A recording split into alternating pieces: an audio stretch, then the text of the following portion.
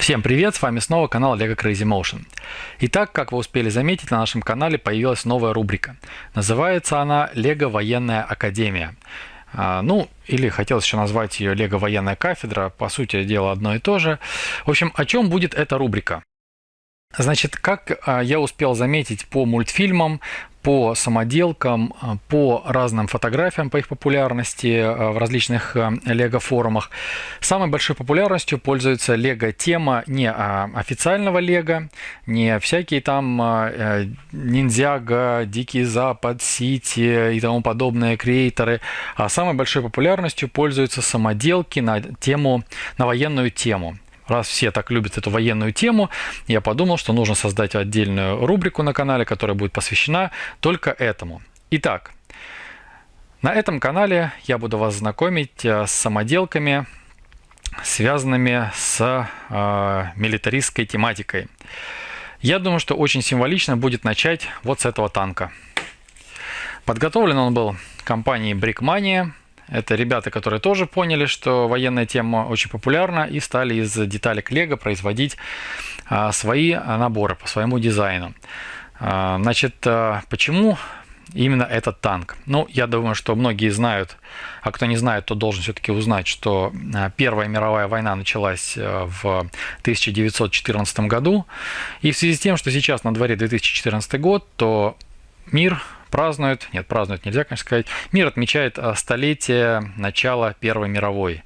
Достаточно серьезная такая дата. И Brickmania в честь этого события выпустила танк Renault FT или М1917, на котором ездили союзники.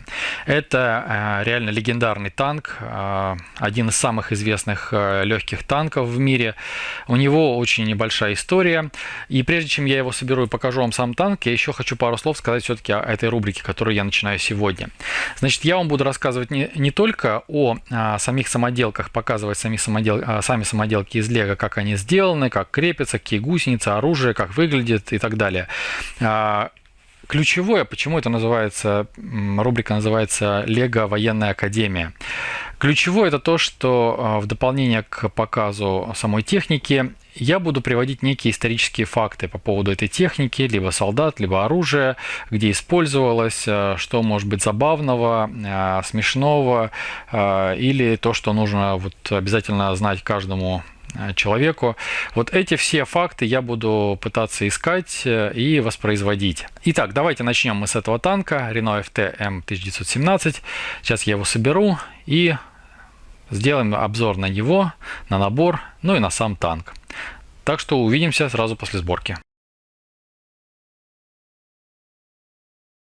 Итак, вот перед нами стоит легендарный Renault FT. Почему же он легендарный?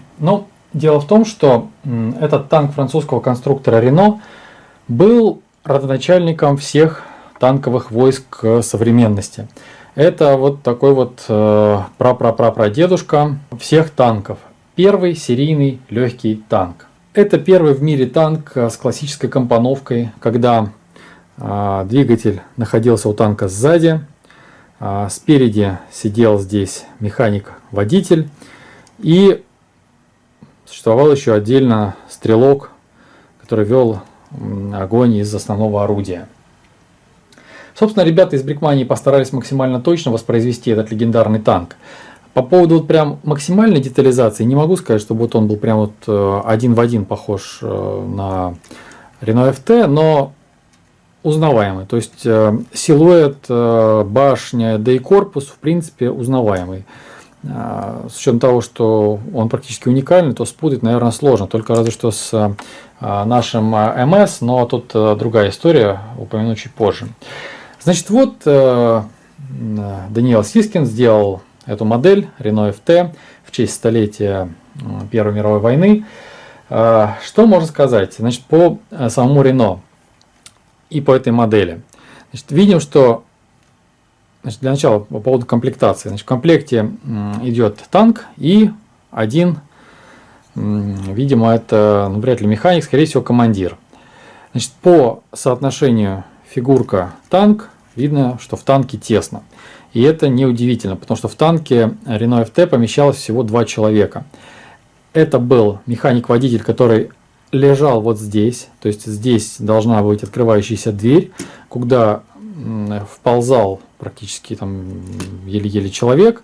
Не очень высокого роста, он должен был быть достаточно худой.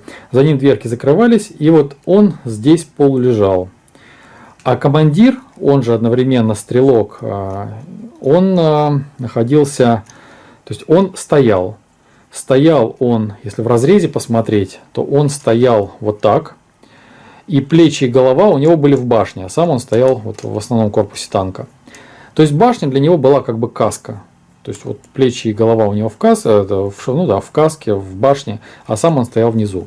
И прикольное управление было у пушки в те времена. Пушка управлялась плечевым упором. То есть башня поворачивалась, а дальше уже точность наводки осуществлял сам стрелок путем надавливания на пушку или приподнимания пушки плечом. Наверное, он очень уставал. Вот. Зато у танка была хорошая скорострельность большая, снаряды были маленькие. Я посмотрел видео на YouTube, может быть, я внизу для интересующихся оставлю ссылку. Снаряд был примерно где-то вот, так, камера не покажет, ну, сколько, сантиметров 30 в длину и достаточно легкий. То есть он легко брался одной рукой, тут же заряжался и стреляли. Так, что, значит, по поводу этой модели. Как вы уже поняли, башня вращается. Гусеницы, естественно, тоже крутятся. Брикмания славится тем, что она вообще свои гусеницы сделала, потому что не очень были довольны леговскими. Вот, так что гусеницы у них крутятся за счет нижних катков. Верхние вот плохо проворачиваются, они не цепляются. Но при движении даже они крутятся. Нет, не всегда. Но танк хорошо создает видимость передвижения. Скорость у него была достаточно маленькая. Примерно скорость пешего человека. Бегом танк легко можно было обогнать. Но, опять-таки, возвращаясь к самой истории танка. Значит, надо сказать, что этот первый легкий танк. Что значит легкий? Во времена Первой мировой войны была градация. Какие-то огромные здоровые чудища уже существовали. Легкие танки назывались те, которые не превышали 4 тонны. Но уже буквально через 20 лет, во время Второй мировой войны, легким танком назывался танк, который не превышал 18 тонн. То есть чувствуете разницу. Буквально за 20 лет все увеличилось в разы. Танки до появления Рено не воспринимались всерьез. Они считались какими-то бездуховными чудищами, которые особо в бою не помогали, они плохо проходили, плохая проходимость была, ломались. Ну и, в общем, как-то считалось, что танки это некая небольшая помощь, может быть, пехоте при наступлении, может быть, при обороне. И только вот с появлением серийного легкого танка ФТ все изменилось. И вот на арене появляется наш малыш ФТ-17. 17-й год появления, 1917 год, то есть уже 3 года идет война. Рено сделал очень удачный танк. У него была надежная ходовая, которая не ломалась, относительно, по сравнению с другими танками. Надежная ходовая. Он придумал ту самую удачную компоновку, которая с тех пор принимается во всех танках. Расположение людей в танке, двигатель, вращающийся на 360 градусов, башня, способная поражать противника. И главное, что он совместил это все с очень хорошей по тем временам броней. Броня танка составляла 16 мм лобовая стального катаного листа.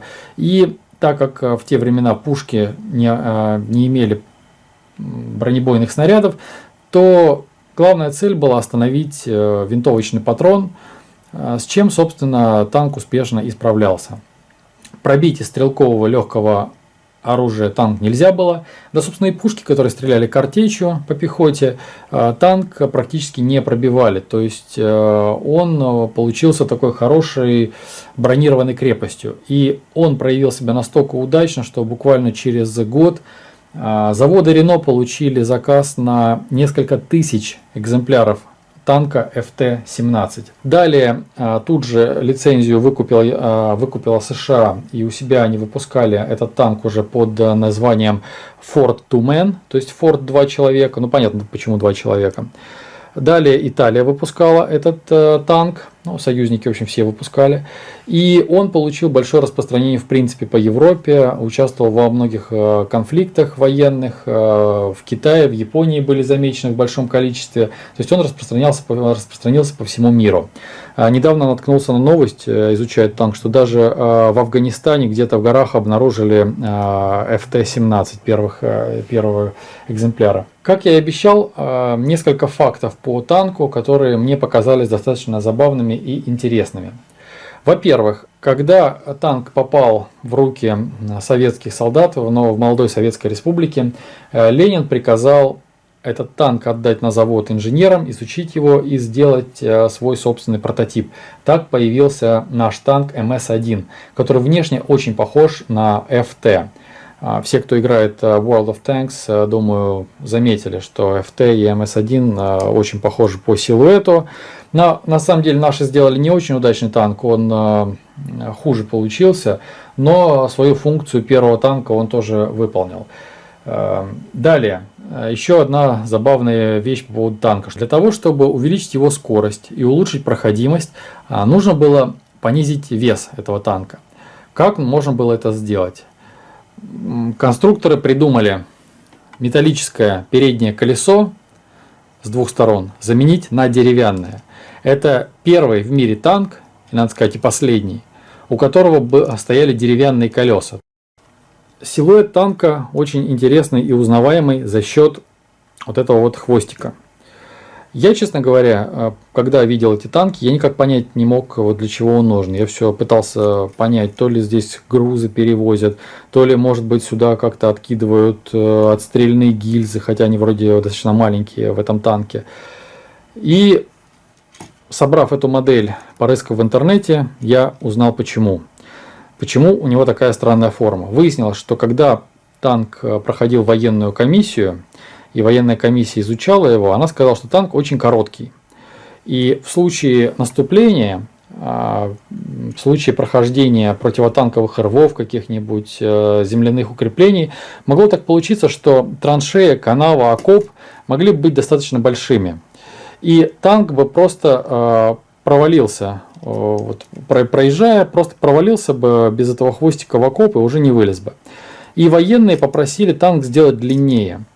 И тогда Рено придумал, что чтобы не сильно увеличивать вес танка, но увеличить его длину, был сделан такой хвостик.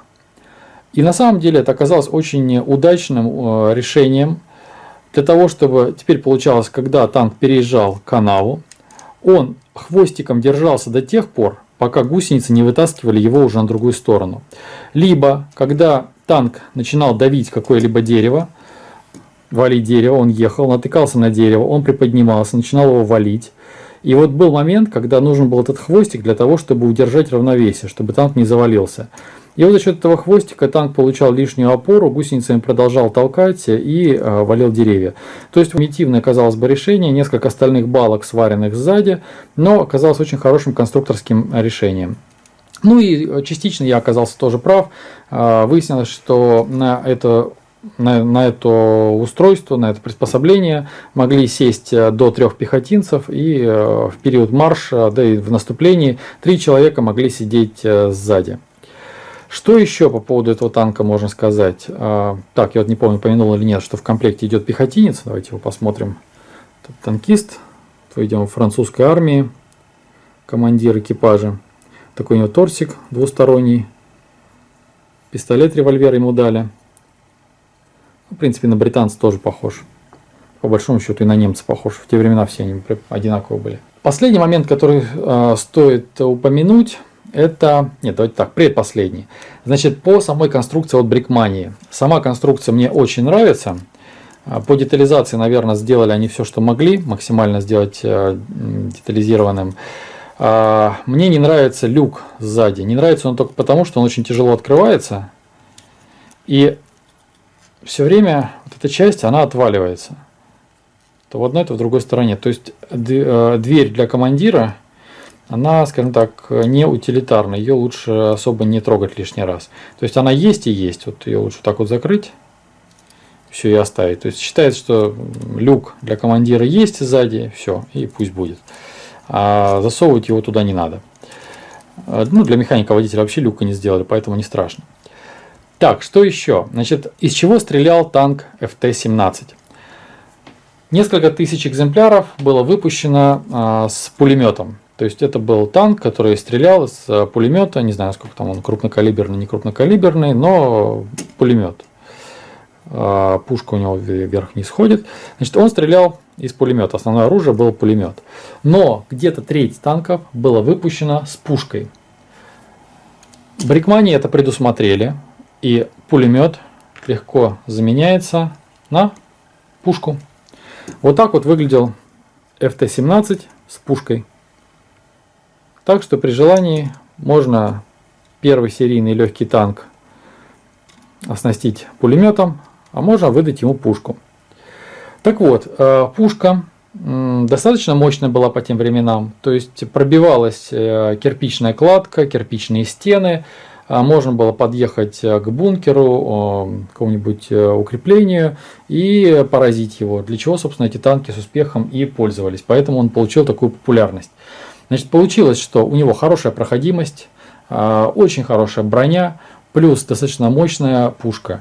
Поэтому это вроде бы как самый первый в истории человека серийный легкий танк, но стал очень-очень-очень популярным. Надо сказать, что когда началась Вторая мировая война, эти танки еще были в строю. Во многих странах они присутствовали. И когда немцы вышли на арену со своими панцерами первой и второй серии, на удивление ФТ-17 давал им отпор практически на равных. То есть с первой серии он справлялся вообще на ура, потому что выяснилось, что у танка Рено броня даже больше, чем у первого панцера. А по-моему, она даже больше, чем у второго панцера. Вот. А у самого броня была такая, что панцер первый, по-моему, там, в общем, как-то такие трудности испытывал с пробиванием. Ну, панцер второй пробивал, но опять-таки это уже, значит, нужно было, кто кого раньше увидит, кто кому какие повреждения раньше нанесет. То есть в первые дни войны, Второй мировой, начиная там с 1939 года, ФТ-17 достаточно активно использовался. Потом, конечно, с появлением третьей серии немецких танков, все, уже ФТ нельзя было использовать в боях. Хотя до сих пор в некоторых странах, очень бедных, этот танк можно найти в качестве тренажера в военных училищах где-нибудь.